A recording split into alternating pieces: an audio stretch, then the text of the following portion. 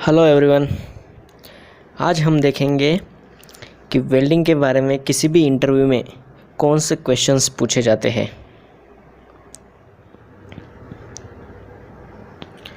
What is welding. अभी आपको पूछा गया कि वेल्डिंग के बारे में बताऊं, तो देखिए welding is a material joining process. तो पहले तो ये मटेरियल जॉइनिंग प्रोसेस है एक, जिसमें दो से ज़्यादा मटेरियल को जॉइन किया जाता है by the application of heating. ये सबसे इम्पोर्टेंट चीज़ है। कैसे जॉइन करते हैं दो मेटल को या फिर दो मटेरियल को? By the application of heating. अभी आप बोलोगे हीटिंग करके दो मेटल्स को या फिर दो मटेरियल्स को कैसे जॉइन किया जाता है, तो अभी मैं बताऊंगा। देखो, हमारे पास एक पॉजिटिव टर्मिनल होता है, एक नेगेटिव टर्मिनल होता है, जिससे हम इलेक्ट्रिसिटी फ्लो करते हैं, और एक पावर सोर्स होता है। अभी हमारा समझो वर्क पीस नेगेटिव में है और जो इलेक्ट्रोड यूज़ करने वाले हैं वेल्डिंग के लिए वो पॉजिटिव टर्मिनल में है। ओके, तो इसमें से ये सर्किट से आई इतना करंट फ्लो करेंगे और वी इतना वोल्टेज रहेगा हमारा सर्किट का।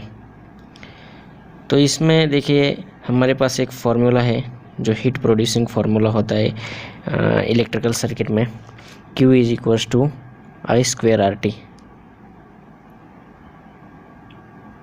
ओके, ये फार्मूला तो सभी को पता होगा। तो इतना हीट प्रोड्यूस होता है किसी भी इलेक्ट्रिकल सर्किट में अगर I इतना करंट और R इतना रेजिस्टेंस सर्किट का होगा। तो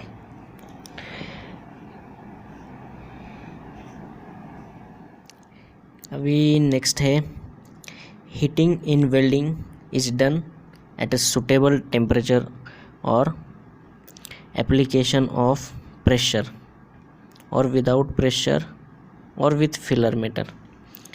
अभी ये जो Q इतना हीट है जो मेटल को पिघलाने वाला है, ये हम किस तरह से प्रोड्यूस कर सकते हैं। इसके अलग अलग तरीके बताए, जैसे एप्लीकेशन ऑफ प्रेशर। अगर किसी भी चीज़ को हम प्रेशराइज करते हैं तो उसका टेम्परेचर ऑटोमेटिकली राइज हो जाता है। As the pressure increases temperature is also increases. Okay, without pressure के भी मेथड्स है। और थर्ड वाला अभी हमने एग्जांपल देखा फिलर मटेरियल का, जिसको पॉजिटिव एंड नेगेटिव टर्मिनल्स को कनेक्ट करके हम हीट प्रोड्यूस कर सकते हैं। नेक्स्ट है, welding gives the permanent joint between the material.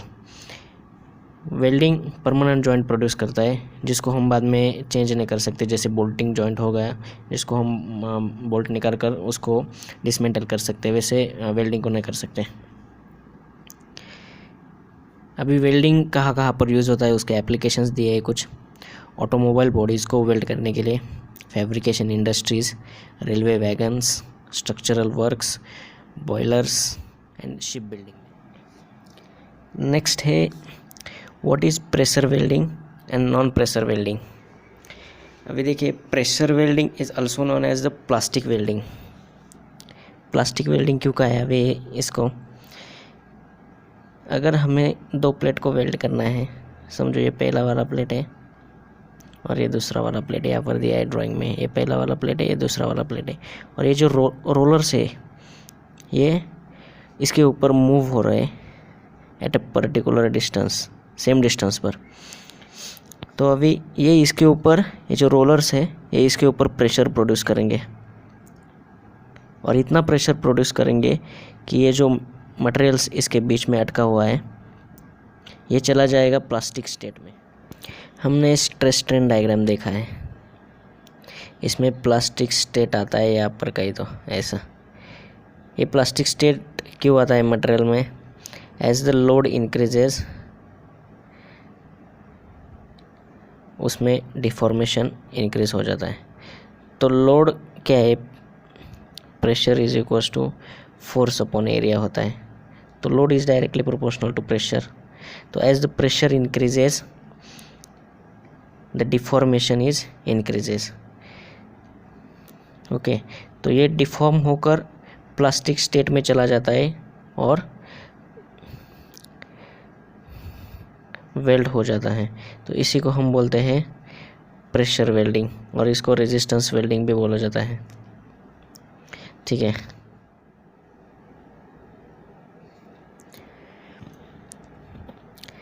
Second है नॉन प्रेशर वेल्डिंग। अभी नॉन प्रेशर वेल्डिंग को फ्यूजन वेल्डिंग भी बोलते हैं। जैसे हमने पिछले क्वेश्चन में देखा था, पॉजिटिव और नेगेटिव टर्मिनल यूज़ करके हीट प्रोड्यूस किया जाता है और वर्कपीस को मोल्टन स्टेट पर लेके जाते हैं, मतलब उसे पिघलाते हैं और बाद में जॉइंट करते हैं। तो उसमें आता है arc welding and gas welding. तो आगे हम उसको डिटेल में देखेंगे। नेक्स्ट है which equipments used in arc welding. अभी आर्क वेल्डिंग नाम तो सबने सुना ही होगा, लेकिन क्या होता है कभी कभी कन्फ्यूजन कर जाते हैं, आर्क वेल्डिंग क्या है, गैस वेल्डिंग क्या है। बहुत सारे वेल्डिंग के टाइप्स में कन्फ्यूजन हो जाता है लड़कों का। अभी देखिए ये मशीन ऐसा दिख रहा है, तो इसको हम बोल सकते हैं कि ये आर्क वेल्डिंग है। ओके, जिसमें ये इतना इक्विपमेंट्स यूज़ होता है। एसी और डीसी ट्रांसफार्मर होता है, मतलब जैसा यूज़ करना है वैसा यूज़ कर सकते हैं, उसमें कोई प्रॉब्लम नहीं है। 2 केबल्स होते हैं, पॉजिटिव टर्मिनल के लिए और एक नेगेटिव टर्मिनल के लिए, जो यूज़ होते इलेक्ट्रोड्स को पकड़ने के लिए एंड वर्कपीस को एज अ अर्थिंग देने के लिए। इलेक्ट्रोड होल्डर होता है, ये वाला दिख रहा है येलो वाला। इलेक्ट्रोड्स ये हो गए। उसके बाद protective shield, hand gloves, chipping hammer, goggles and wire brush. इतना सारा इक्विपमेंट्स होता है आर्क वेल्डिंग के अंदर। अभी आर्क वेल्डिंग एक्चुअल में कैसे दिखता है वो इस डायग्राम से आपको पता चल जाएगा। ये होता है इलेक्ट्रोड होल्डर जो कनेक्टेड होता है इलेक्ट्रिक सर्किट को। ये होगा हमारा पावर सोर्स, इसमें से हम इलेक्ट्रिक पावर कनेक्ट करते हैं और उसका एक टर्मिनल कनेक्टेड होता है वर्कपीस को। और ये हमारा होगा इलेक्ट्रोड और ये हो गया आर्क, इसलिए ये आर्क प्रोड्यूस करता है, इसके लिए इसको आर्क वेल्डिंग बोला जाता है। ठीक है, इसी के अनदर्स 2 ड्राइंग्स दिया है, आप देख सकते हैं रेफरेंस के लिए।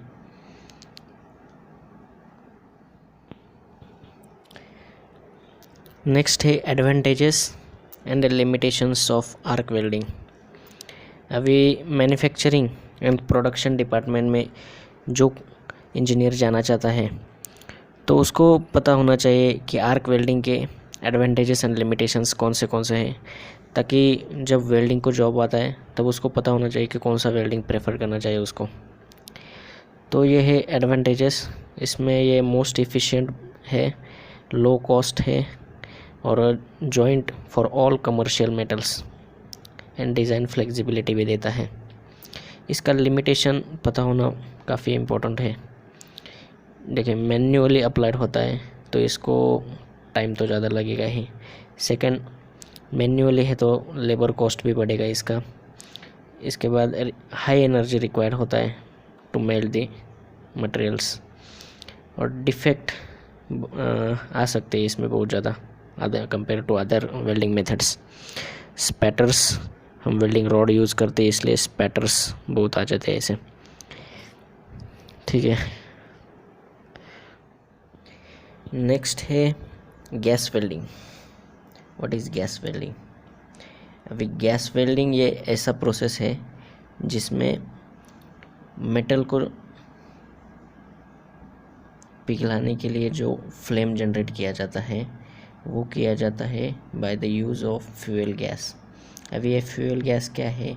हम जो घर में खाना पकाने के लिए जो गैस यूज़ करते हैं, गैस एंड सिलेंडर, उसी टाइप का ये भी होता है। ये भी फ्यूल गैस होता है, ये भी फ्यूल गैस होता है। ठीक है, जिसमें ऑक्सीजन यूज़ होता है टू जनरेट द फ्लेम। इसका जो वेल्ड साउंडनेस होता है वो बहुत ही अच्छा होता है कंपेयर टू अदर प्रोसेसेस।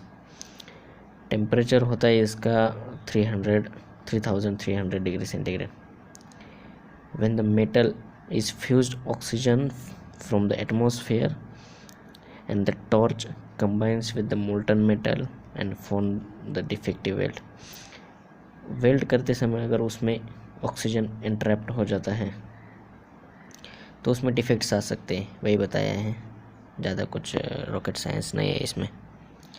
और ये गैस वेल्डिंग जो होता है वो बहुत स्लो प्रोसेस होता है, इसलिए इसको हायर थिकनेस के लिए प्रेफर नहीं किया जाता है। ओके, इतना बातें आपको ध्यान में रखना है। नेक्स्ट है वेल्डिंग इलेक्ट्रोड्स के नोमेनक्लेचर होता है। हमें आइडेंटिफाई करना होता है कि वेल्डिंग इलेक्ट्रोड्स ये है तो ये कितना स्ट्रेंथ पकड़ सकता है, इसका पूरा नोमेनक्लेचर का डिटेल्स क्या दिया है, ये सब पता होना चाहिए एज ए इंजीनियर। तो देखिए अभी एक एग्जांपल के लिए मैंने एक E6010 इलेक्ट्रोड लिया है। तो इसमें जो E है वो क्या डिनोट करता है, the electrode for the arc welding. अभी E डिनोट करता है ये वाला, ओके। और इसमें फर्स्ट 2 डिजिट्स यानी 60, अभी ये 60 क्या डिनोट करेगा यहाँ पर, tensile strength of the deposited material, okay. अभी ये 2 मेटल्स आपका ज्वाइंट हो गए हैं, तो ये जो बीच में का है ज्वाइंट, तो इसका टेंसाइल स्ट्रेंथ कितना होगा, तो वो इतना होगा 60 इतना, ओके। तो 60 इसका यूनिट क्या होगा, 1000 पाउंड्स पर स्क्वायर इंच। ये ध्यान में रखना ज़रूरी है क्योंकि टेंसाइल स्ट्रेंथ हम नॉर्मली न्यूटन्स पर mm² में लिखते हैं, लेकिन यहाँ पर वेल्डिंग इलेक्ट्रोड के नोमेनक्लेचर में दिया होता है 1000 पाउंड्स पर स्क्वायर इंच में, ओके। थर्ड डिजिट है पोजीशन ऑफ द वेल्ड। इसमें अभी हमारा 1 दिया है, तो इसमें अलग अलग आ सकता है, 0 आ सकता है, 1 आ सकता है, 2 3 कुछ भी आ सकता है। तो 0 क्या डिनोट करता है, क्लासिफिकेशन इज़ नॉट यूज्ड। 1 क्या यूज़ होता है, फॉर ऑल द पोजीशंस। 2 होता है फ्लैट एंड हॉरिजॉन्टल पोजीशंस। 3 होता है flat positions only. Last digit, 4th digit, type of electrode coating. Electrode का कोटिंग कौन सा है वो डिनोट करता है। तो ये नॉर्मल आपको ध्यान में रखना ज़रूरी है। नेक्स्ट है अलग अलग वेल्डिंग के नाम दिए गए हैं, तो इनके फुल फॉर्म्स आपको पता होना ज़रूरी होता है। फर्स्ट है SMAW, जिसे हम शील्डेड मेटल आर्क वेल्डिंग बोलते हैं। सेकंड है GTAW, जिसे गैस टंगस्टन आर्क वेल्डिंग बोलते हैं। थर्ड वन है SAW, जिसे सबमर्ज आर्क वेल्डिंग बोला जाता है। फोर्थ वन है FCAW, जिसे फ्लक्स कोर आर्क वेल्डिंग बोलते हैं। फिफ्थ है MIG, मिग वेल्डिंग भी बोलते हैं इसको। तो मेटल इनर्ट गैस वेल्डिंग होता है उसका लॉन्ग फॉर्म। टिग वेल्डिंग का होता है टंगस्टन इनर्ट गैस वेल्डिंग। तो ये बातें आपको नॉर्मली पता होना चाहिए। Thanks for the watching my videos. अगर आपको इन्फॉर्मेशन अच्छा लगता है तो लाइक करिए, सब्सक्राइब करिए चैनल को, इससे मोटिवेशन मिलता है हमें और भी वीडियोज़ बनाने के लिए। Thank you.